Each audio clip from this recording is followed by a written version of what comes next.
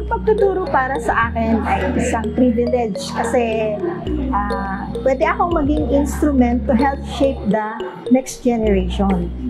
And privilege din siya para magamit yung talent na binigay sa akin ni Lord. Ang pagtuturo sa akin ay blessing and privilege. Kasi we're the one who first invested in their own relationship to God. Sa tuwing nagtuturo ako, I feel so happy and excited at the same time. Kasi nasi-share ko yung gospel at saka yung Bible story sa mga bata na talaga namang kapupulutan ng aral. Added joy din yung makita mo sila na talagang nakikinig sa'yo, tapos may interaction din sila. Teaching children makes me happy and makes me feel young. Kasi happy, marami silang kwento kung ano-ano mga sinasabi. Minsan nga, may mga secrets pa. And I sealed my lips. Well, ang pagtuturo sa mga bata ay nakaka-enjoy. Bagamat medyo may kahirapan, pero yung pagbibigay mo ng kasiglahan na makita nila kung paano ka magturo, handa ka, ay malaking bagay ito. At ang kagalakan ay nararamdaman ko sa lahat ng mga pagtuturo na yun. Ang teaching hindi biro kasi haharap ka sa maraming bata. Tapos iba-iba yung personalities nila. Minsan magugulat ka na lang, may nag-aaway na sa harapan mo, may nagbabatuhan ng tuwalya, may nagsasabunutan. So nakakagulat na may mga batang ganoon. Hindi biro ang pagtuturo kasi you need to study the lesson, prepare the activities, and be sure na they understand and learn from the lesson. Kaya hindi biro yan kasi ang mga bata, lalo sa mga Awana Clubbers, dito sa ating community, iba-iba ang kinalakihan nila, yung family background, at the same time yung environment. Ang kailangan lang talagang gawin ay yung katyagaan ng pagtuturo para sa kanila. Minsan kasi kala mo hindi nakikinig, pero alam ko hindi sayang ang mga narinig nilang Word of God mula sa ating Panginoon through us kung saan ginagamit ng instrumento ang mga teachers sa ating iglesia.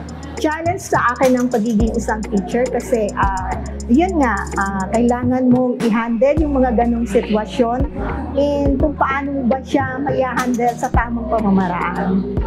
Challenge sa akin ang patience.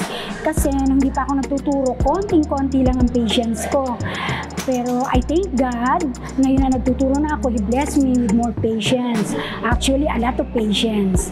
Kasi kung gano'ng karami yung estudyante, gano'n din kalaki ang patience ko ngayon. Ang challenge para sa akin ay yung bago ka magturo, kailangan prepare ang iyong sarili in emotion, yung mga preparedness para sa pag-topic at upang sa ganun ay may handa mo ang iyong sarili at sa pakikipag-usap sa kanila ay maramdaman nila na ikaw ay nag-prepare at the same time yung kailangan mo maging prepared din spiritually para sa ganun ay ang let the Spirit work within us. Kaya ako uma-attend ng mga equipping tsaka mga workshops para matutunan ko kung paano i-handle nga yung mga bata at kung paano ko rin matututunan or malaman yung mga possible reasons doon sa mga iba't ibang behaviors ng mga bata. Tsaka kung paano mo rin ito i-handle sa tamang pamamaraan. Attending workshop and equipping kasi to learn more about teaching and to share the needs and problems ng pagtuturo. At syempre, ang bonding and friendship of everyone sa ministry. Hindi naman tayo lahat ay alam ang gagawin natin.